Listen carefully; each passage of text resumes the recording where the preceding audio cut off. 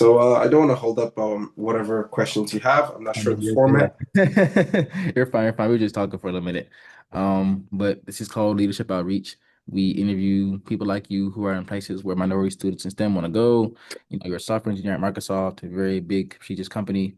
And I'm sure you've had a lot of success in your career, just based on your LinkedIn. Um, so really, we're here today to kind of dive deep into your story and who you are and how you got to where you are today, and take away some lessons from some of the experiences that you've had so far. Is that cool with you? Of course, more Right. than excited. Who doesn't love to talk about themselves? Exactly. So the first question is, what is your story? Like a short summary of your story, starting from college all the way to your journey now working at Microsoft full time.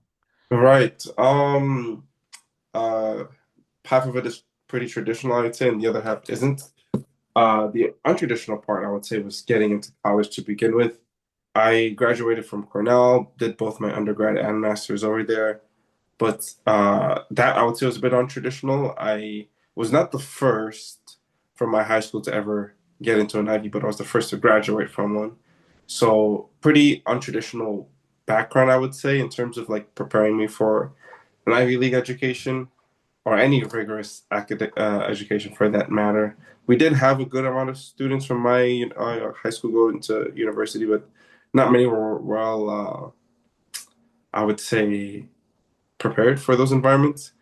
And to top it off, being at a very prestigious, difficult, very known for being very, very difficult and tedious institution. That was where I would say kind of the big thing was for me, because I definitely went in expecting to struggle because I was given a lot of information or guidance, I should say, warning from teachers at my high school that, hey, we don't actually prepare you as much as you think you might be for this environment because, you know, maybe say standard at where I went to high school was here, and standard for the average student where they went to high school going to the university that I did was much higher.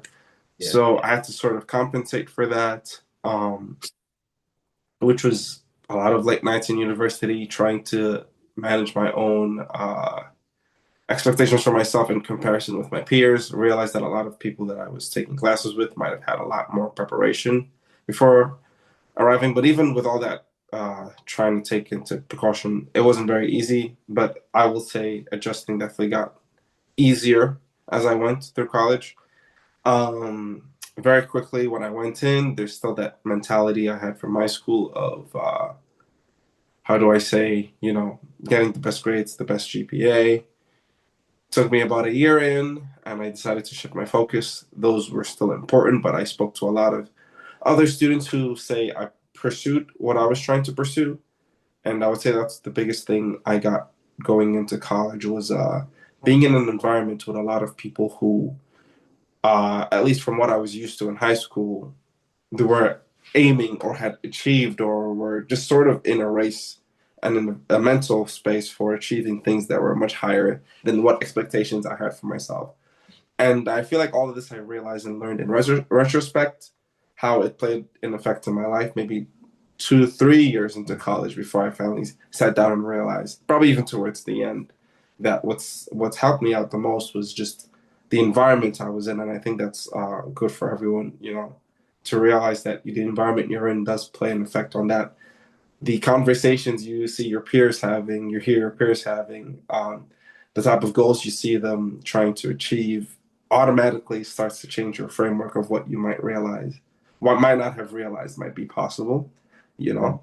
So I think that helped a lot. I had many people from college who were studying something at the same major that I was studying, which was, computer science, information science, all that.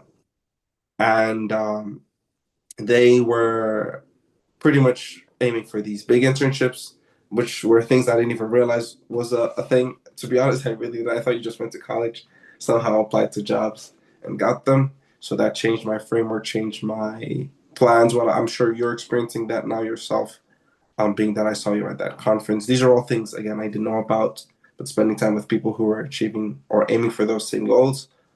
Long story short, it was a lot of hard work. Like I said, pivoted my efforts maybe a little bit less towards my academics, which are still very important, but also realizing that I had to create a whole nother path or trajectory, which was like chasing my career, which my previous mindset, mental framework that I had was like, okay, well, you finish college, you pass all your classes, get all your credits required to graduate, and then you focus on your career. But very quickly, from spending time, like I said, with the people in my environment, I quickly learned you kind of have to do both simultaneously, side by side. Sometimes even I feel like I was putting more effort into, the whole software engineering internship grind, like lead code, working on your resumes, going to workshops, all of that. And it eventually worked out very well. I would say it was kind of like what is it called? The snowball effect. So it was kind Mm-hmm. of hard to get rolling, get my resume up to speed, get that first internship. But once I got through some of those initial hurdles, getting my first internship, you know, getting slightly good at lead code, it became a snowball rolling effect. It Yeah. just got much easier and I was able to gain, the right traction there. Um, I ended up doing a lot more internships than maybe most would do in college. I ended up doing four. I did, I didn't do any my freshman summer. I did one with TIAA my sophomore summer, one with uh, FICO my junior spring and senior spring, and then one with Reddit my junior summer. So Mm. that was all possible because of the pandemic. So I'm not saying that's because I didn't take any time off school, and that's another option. I know a lot of people would take time off to do a co-op while I was at college, but I was just able to somehow do both simultaneously because we had a lot of remote classes and things like that. So this was definitely a very COVID specific situation. And that definitely is a huge other side story we can get into a bit. But like, I guess to sum it up, like we had the global pandemic, and that made things significantly difficult for us. But yeah, I don't mean to whine because I feel like everyone in my generation whines about all these things, but it is real. The struggle is very real. No, you're Uh, good. the pandemic did make things harder, did make college a bit harder. It was an untraditional experience. A lot of us took classes remotely. A lot of us didn't know what internships look like. You're in MLT. I remember we had both spoken about that, right? Hmm. I feel like even till this day, sometimes look back and I speak to some people who are younger, either your age or slightly out of college or recently out of college, and they tell me a bit about their MLT experiences. Sorry, I should have said that for context. I graduated in 2022, undergrad, master's 23. And they had an amazing experience getting to connect with their MLT career fellows. So I think it's Hmm. good that you're doing that. From what I heard, it builds a very strong network, a lot of opportunities, and trust me, those connections do follow you way after you graduate. So it's really good to get into those. But for my cohort, I feel like we didn't get that full experience because we were supposed to have our first conference for the people who had just gotten in during sophomore year. COVID happened. COVID happened the following year, so we didn't get to have any of those collegiate conferences. Yeah. Um, so yeah, and then right when I had graduated, the story doesn't actually stop there. I did get to go back to Reddit full time. I got a return offer from that company, which I had interned for my junior summer, and I was kind of always in that mood of doing school full time while doing career full time as well. So I figured I might as well continue. Um, I don't think it was a bad idea, but sometimes I do look back wondering if it would have been better to focus on one or the other. Yeah.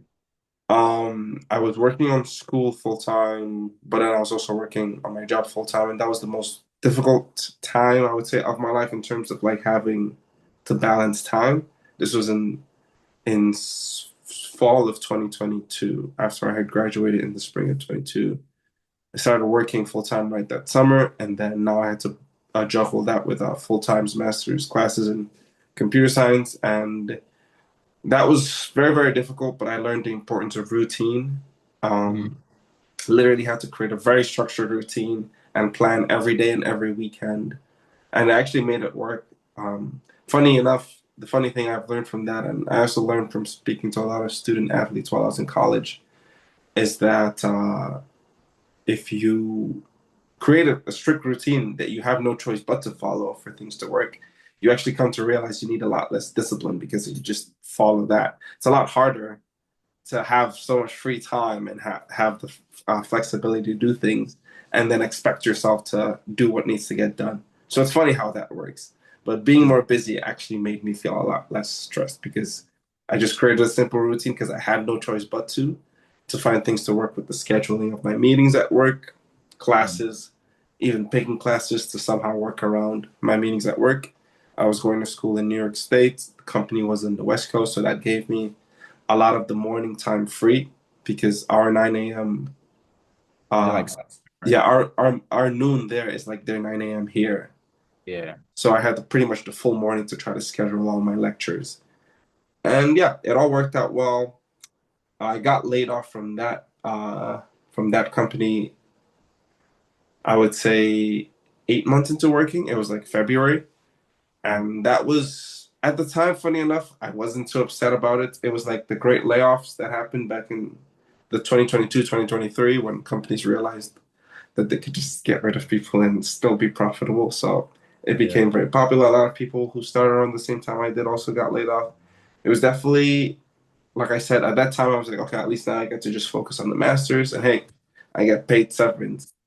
But the thing that which ended up, making me regret my happiness was how difficult I realized it was to get a job after that.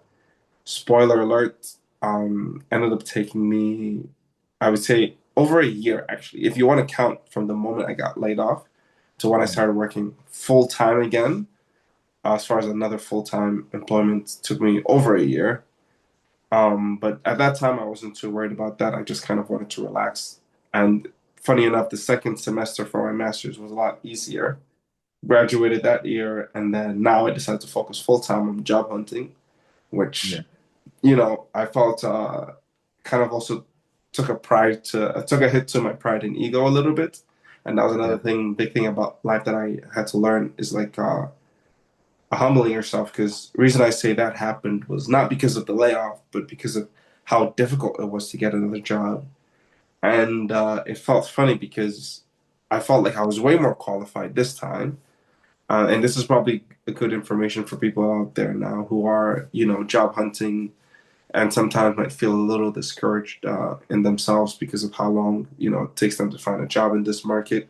But it's not you, right? It's literally the market. Times have changed and they keep changing and they're becoming a lot less predictable. Even people who have been working, I know, for 5 to 10 years still feel a bit of uncertainty even in their roles. Was it 2 weeks ago from when you and I are meeting, or a week ago? I think Oracle cut so many jobs. These things just happen. But I promise you, back when I was actually your age, when I was in your stage in college, things were like, it felt like this was the best industry in the world because Right. people were just getting hired left and right. All these companies had these perks. So around Yeah. that time, I just struggled to believe that I was going through what I was going through because I felt more prepared now for the interviews. I felt Yeah. like I was more, I guess, decorated in terms of my resume. I now Yeah. had everything I had before, plus full-time working experience and more internship experience, and another big major project. Again, another degree. So I figured I should be easy. It should be even easier now to get a job. And I will be honest, back then, getting interviews were pretty easy. Uh, if you, I guess, had a decent enough portfolio to show, versus at that time, it took me a year to get the offer I got now. And even besides that, getting landing interviews were just so sparse, and almost gave up on the whole process and decided to switch to something else. But yeah, that so about a year later, uh, maybe a little over a year after I got laid off, because I got laid off in February, in April of 2024, after getting laid off in February of 2023, I ended up getting my offer with Microsoft, and it was one that I was fine with. I loved pretty much the company's approach to doing everything and how they were approaching AI at that time, which I think was kind of big for me. And I think the biggest thing for me, after changing my perspective from being so stuck on one career path, trying so hard to get back into the industry in a very tough job market had taught me that, you know, you can really shoot yourself in the foot by not diversifying. So I thought Microsoft was a great company in that they have, many products and many opportunities for you to switch between roles and try things out, at least internally, which I thought would be great for like the future of my career. So yeah, and I've been there ever since. Long story, but Oh, that's it's how we great. ended up here. Yeah. It's a lot of stuff in there for sure that people can definitely relate to for sure.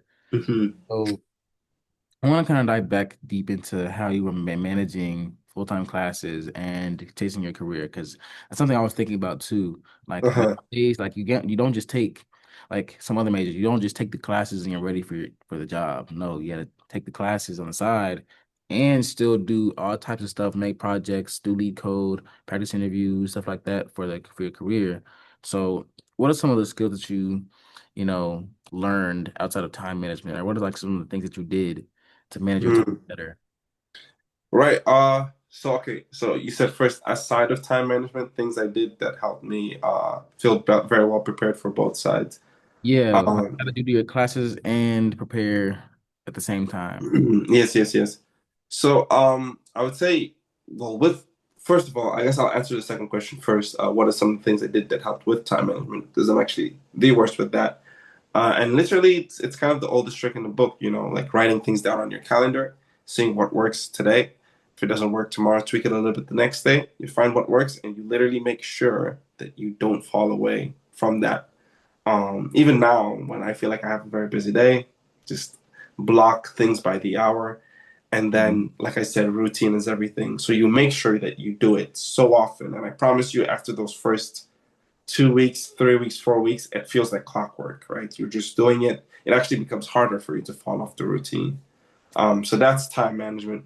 As far as like trying to combine both, the schoolwork with career work, prioritization, I feel like was kind of the biggest thing because you're not going to be able to get everything done, right? For both. Uh, there's some assignments that you're probably not going to, get that A plus. You might have to sell for less. There's some topics, maybe say, or some classes where you might not be able to put in your best or get, there's always so much more, even after now that I'm working full time. There's almost so much more that you could take away from college. But when you're in a situation like that, you really, really have to sit down and say, okay, well, what matters most out of this?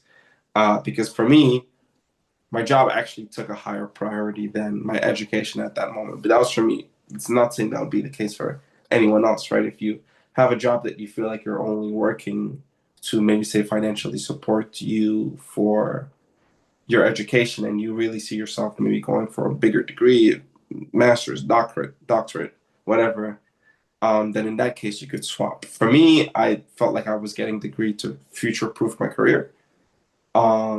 So there were some things where, I maybe say would spend a little less time on a problem set, or I would make sure that I don't get to working on homework until I finished everything that I had to do for this task at work. And when it Mhm. came to work, being communicative with your manager and all of that, being very honest with them, let them know what's happening. Funny enough, that's probably the biggest thing I've learned even now in my career is that being transparent with people who you're working with is very, very important. Trying to play those games of, what can you get away with is never really the best approach. So yeah. Yeah, that's I can resonate with that because next semester is going to be technically my junior semester, like the first semester my junior fall, right? And it's Oh crazy. yeah, yeah. It's in the spring. Yes, yes, yes. Yeah, because I came in with a lot of college credits, but I'm graduating in 3 years. Oh So yeah, I remember you told like me that. I have less time to get experience. So this Hmm. first internship that I'm getting is very important because you want to make sure your resume is good and decorated for that junior one, which Hmm. which will lead you to their return offer like you did with Reddit, right? Right, right. And you know, like that semester is really important for just grinding career stuff because lots of companies are hiring at that time. Afrotech's going on, you got a lot of conferences, applications open up in the summer or like early Mhm. August. So you want to make sure you're ready for that. Um, I see. So you, all right, because for you, it's sort of like fast tracked a little bit. Do yeah. you have a lot of credits that you have scheduled for that semester? No, I don't have a lot of credits scheduled. Okay, Yeah. that's a good thing, right? I hmm feel like my junior fall was about the same mentality. hmm This is like literally prime interview job hunting season. But for you, do you plan on returning to the company that you're going to work for this summer? Well, we'll see. We'll see what happens. Yeah, right. I don't have a set plan yet. I think whatever comes to me, I'll see. Opportunity. Yeah, whatever opportunities come to me, I'll see what's going on. Um, see what I may like best. Like I want to try something out. This summer. I'm gonna come back to the next one. I never know. Uh, Right. nothing set in stone yet, but I do just want to see what happens. Um, That's good. That's a good mindset to have. Yeah. yeah. Honestly, learning how to just leave it to God or just, leave it up Yeah. there, I think is a big thing for me now, because you really can plan so much ahead in life. And that was kind of those two things coming back to back again. Like I said, my generation, we like to trauma dump a lot, but hmm just having the pandemic and then the tough job market come back to back. Yeah, Sometimes you just learn things that are in your control. You do your best. Other things, you know, just leave it to God. exactly. Yeah. I want to ask another question before we start getting into like full-time software engineering type questions. What is like tell us about a project that you did in college that you think really helped you get an internship or one thing that you really enjoyed about the project that you did. Do you, oh, okay, I think I'll go. Do you mean in terms of like in college, like by the Mhm. college, or like something that I worked on while I was Uh, in college?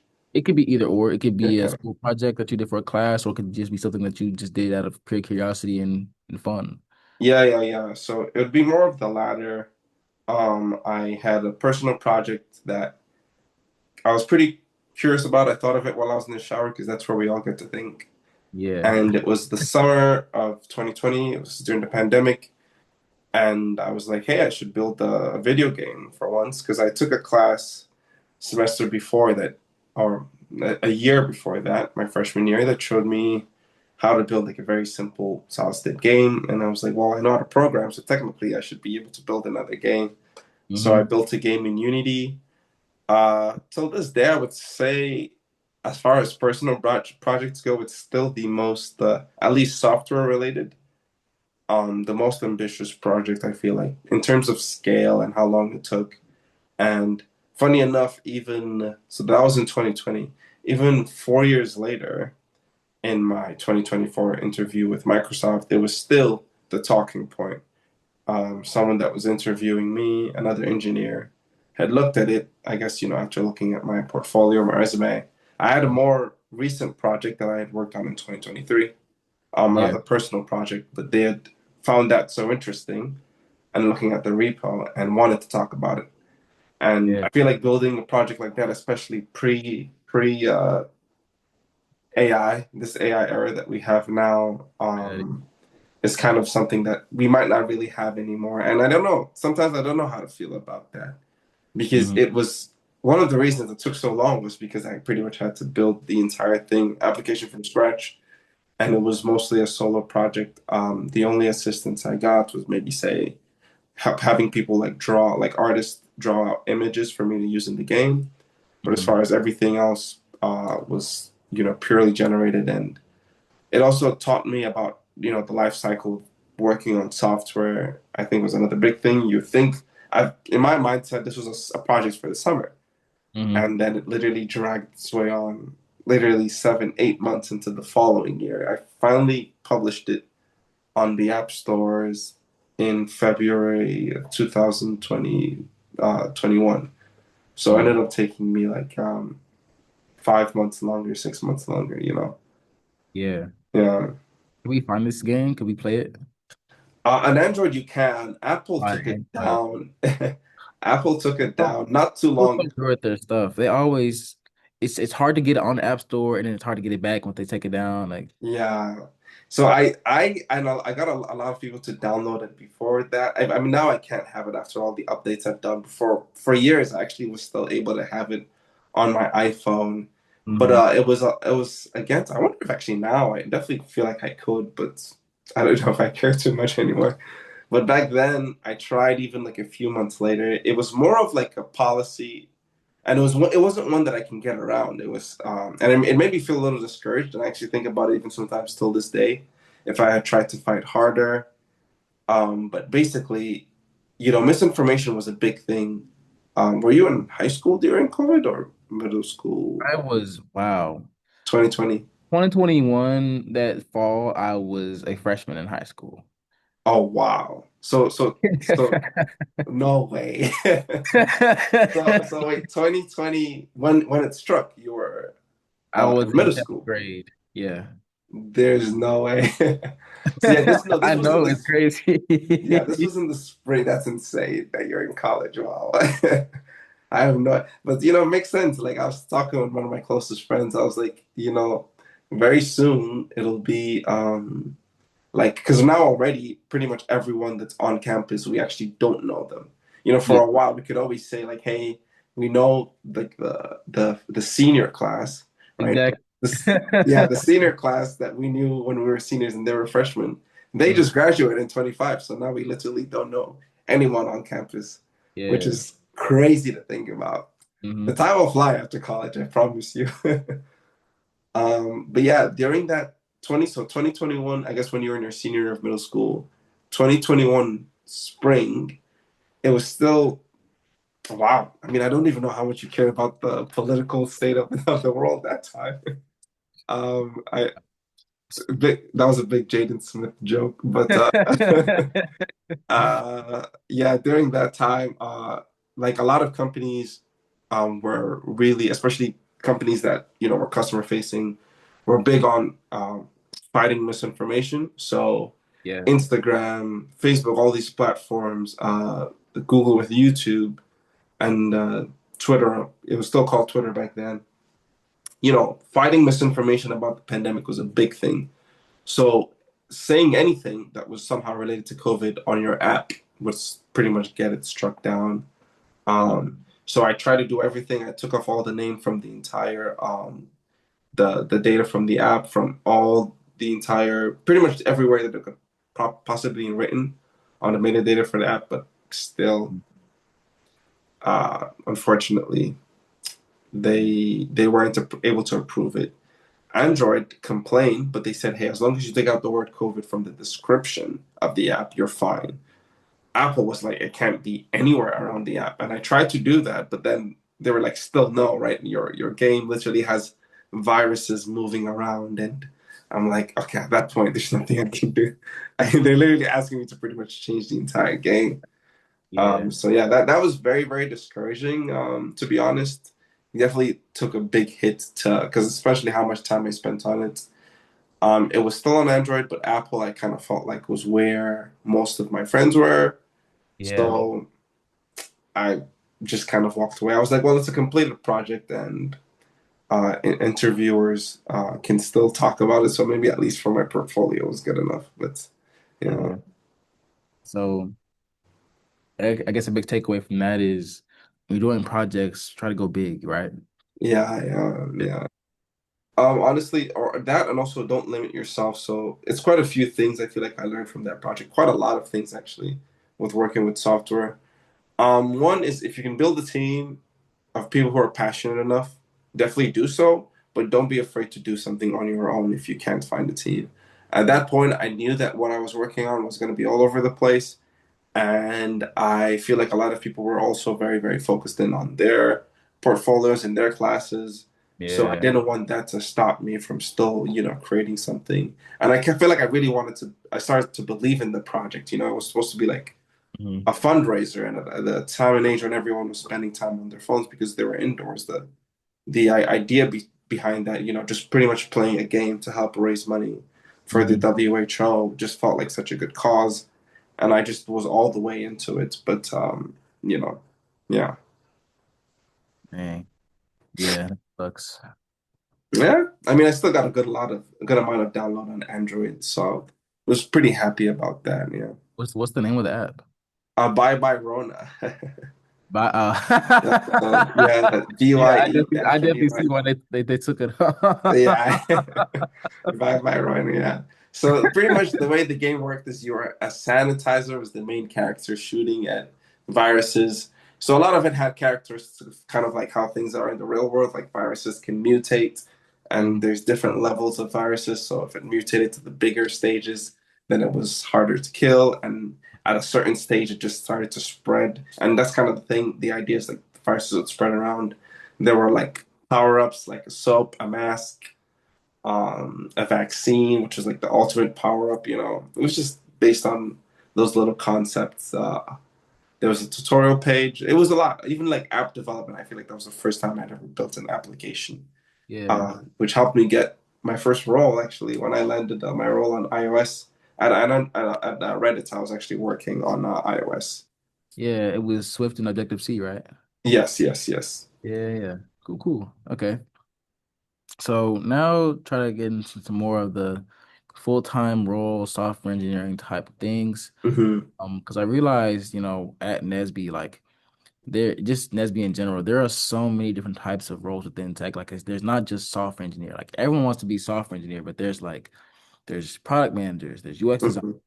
there's back end, front end, like there's all types of things. So like what do you focus on Microsoft? I know, a lot of folks got NDAs, can't say exactly what they do, but Yeah, you know, no, no. I'm allowed to talk about like the domain that I work on for sure. yeah. What Yeah, yeah, domain are you in?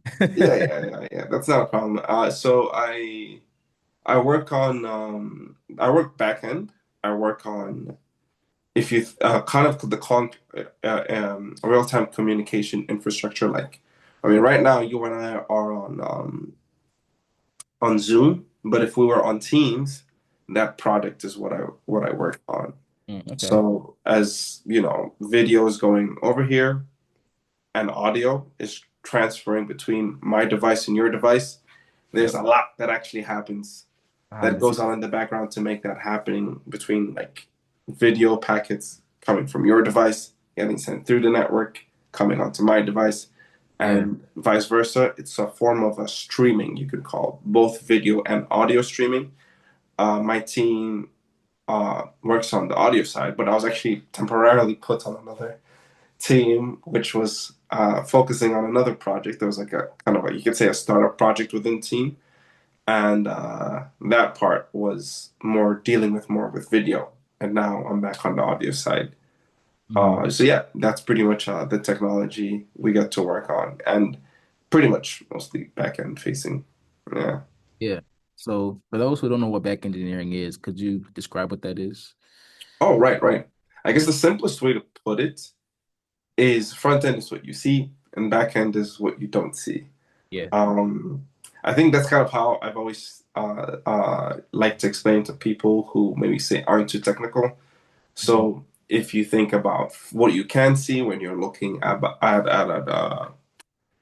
like on your screen, Mhm. your UI, the placement of UI, all the interaction there, that's all more front end, and back end is pretty much all the powering that makes it happen. And there's another one that people will refer to most people will refer to it as that called full stack, and that's just Yeah. basically Okay. all the above.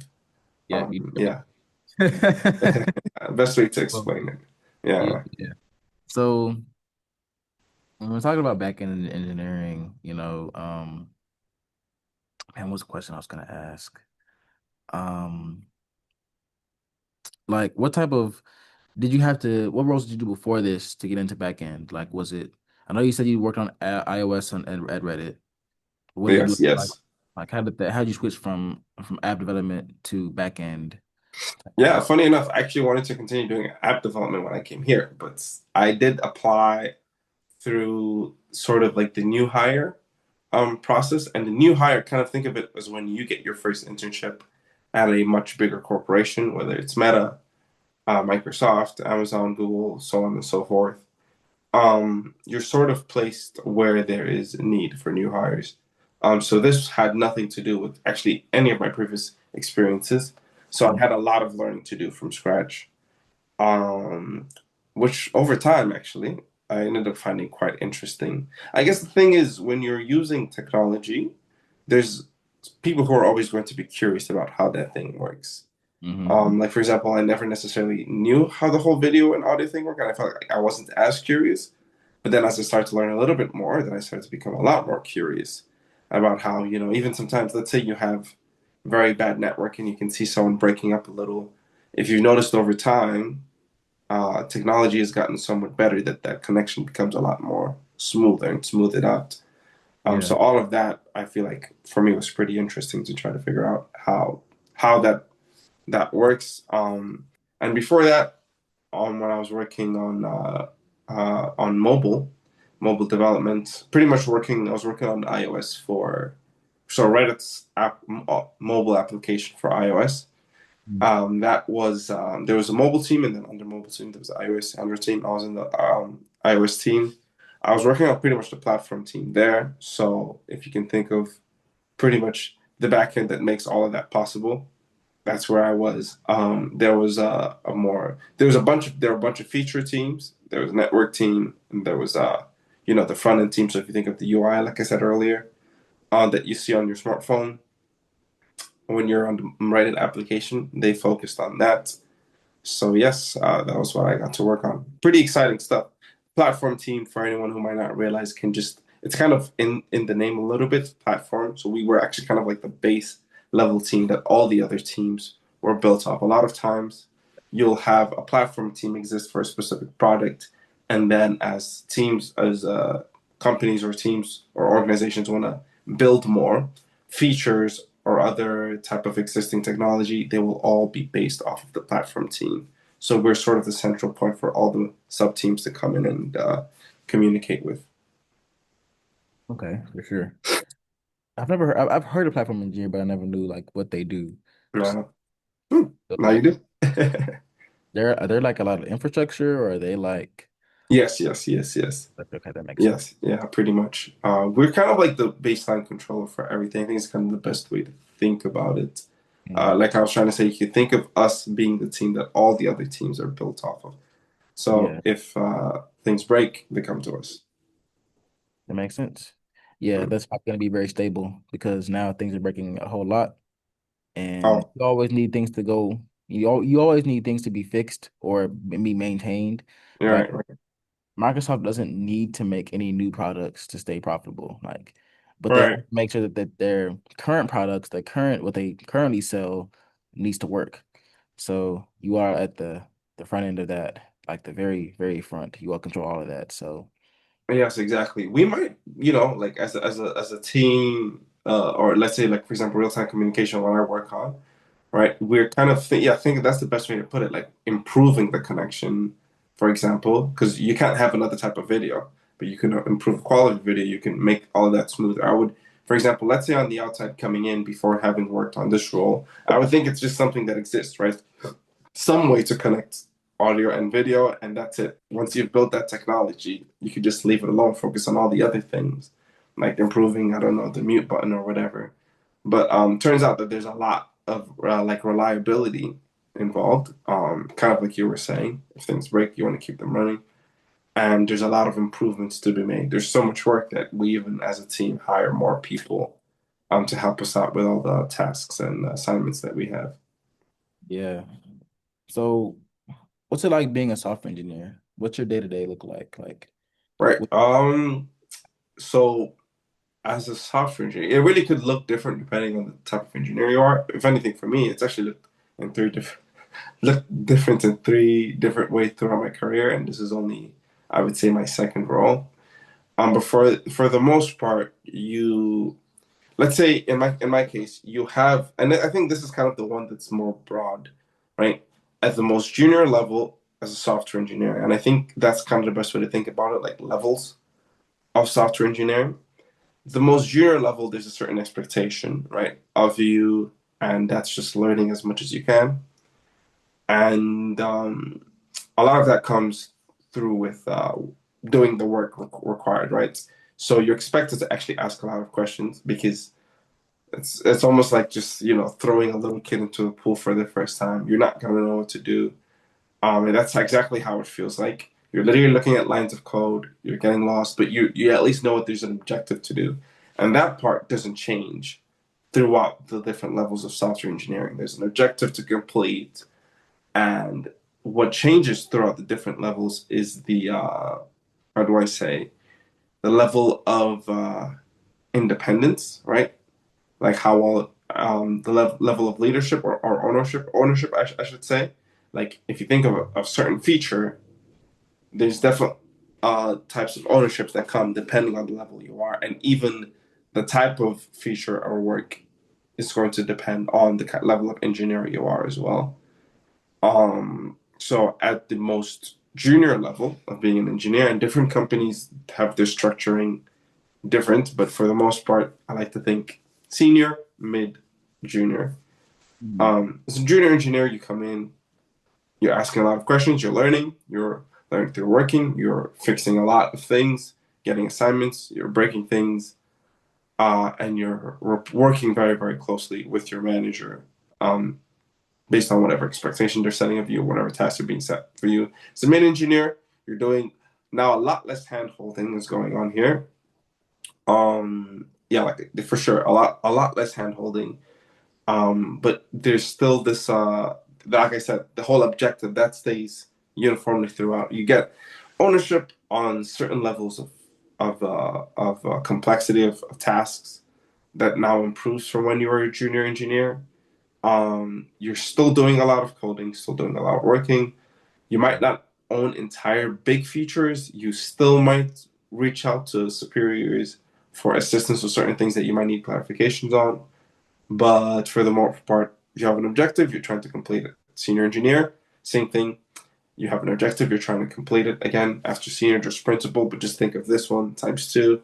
You got a lot of senior ownership now. Like as a senior, you're pretty much even given the permission, I would say, to decide on projects that you feel like is important for your team, your organization to work on.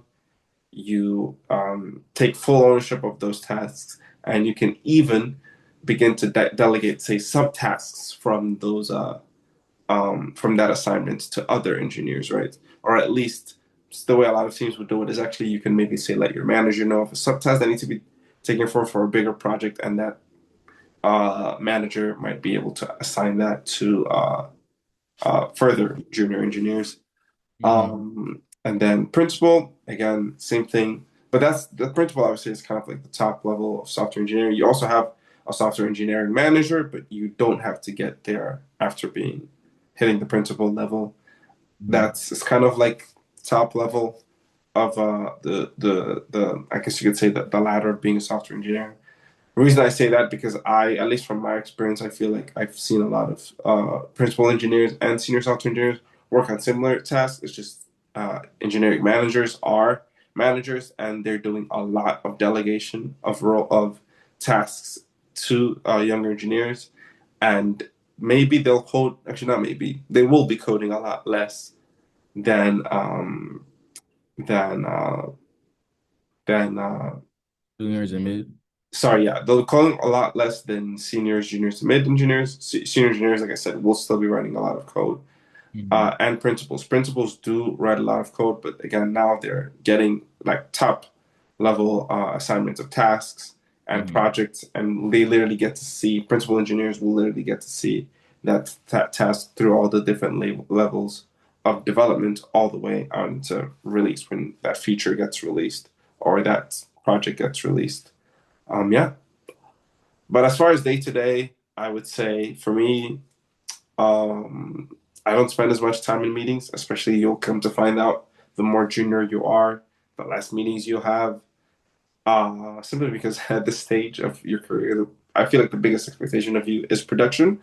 So if there's a meeting that even here at Microsoft, a lot of times my manager would say, hey, if you're put in list for this meeting, but there's nothing, if you've come a few times, you notice there's nothing for you to take away, feel free to not show up, right? Just spend a lot of time working on your tasks and reporting that. And yeah, pretty much. And my day to day, I would pretty much have, and this one I would say boils down to the individual, but I feel like this is kind of best practice. You have a project, or maybe sometimes a few projects that you're working on. You decide the priority of them.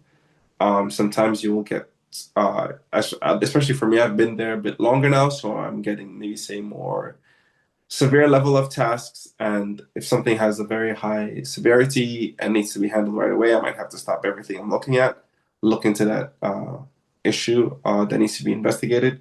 But usually, I'm usually working with the engineer who's more senior on that tasks. Right. Are Then you when you're on call, sorry, are you like a more mid or senior engineer? I would say no, more junior to mid. Yeah, I've Oh, only been working 3 years. And actually at Microsoft to be more specifically, a year and a half. So still more of the junior level. Mid would come in about a year for me. okay, for sure. Yes, yes.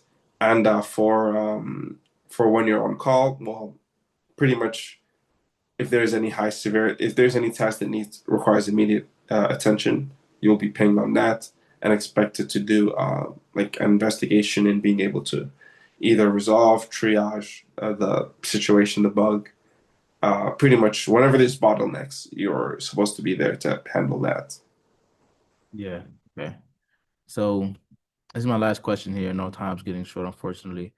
But if you could change, oh no, what's the most enjoyable part about software engineering? What's the most unenjoyable part? Enjoyable part, I feel like this will depend on the company, so I wouldn't say this is for every company, but definitely freedom. I feel like a lot of, especially at the more junior level, freedom Hmm. of time. I feel like I get to work when I want, even though sometimes it could be a lot of work. There's just a lot more freedom and control of my own time. I'm not bogged down by a lot of meetings, which a lot of my peers who are PMs at the same level have to attend a lot of those meetings. So just getting a lot of freedom to work when I want, um, I feel like is great. And you said the not so fun part. Yeah. Yeah, a huge part I would say for me that's not so fun, but this is honestly depending on the kind of person you are. This kind of contradicts what I said about not enjoying, not sorry, enjoying not being in a lot of meetings. Is I kind of wish the role was a bit more.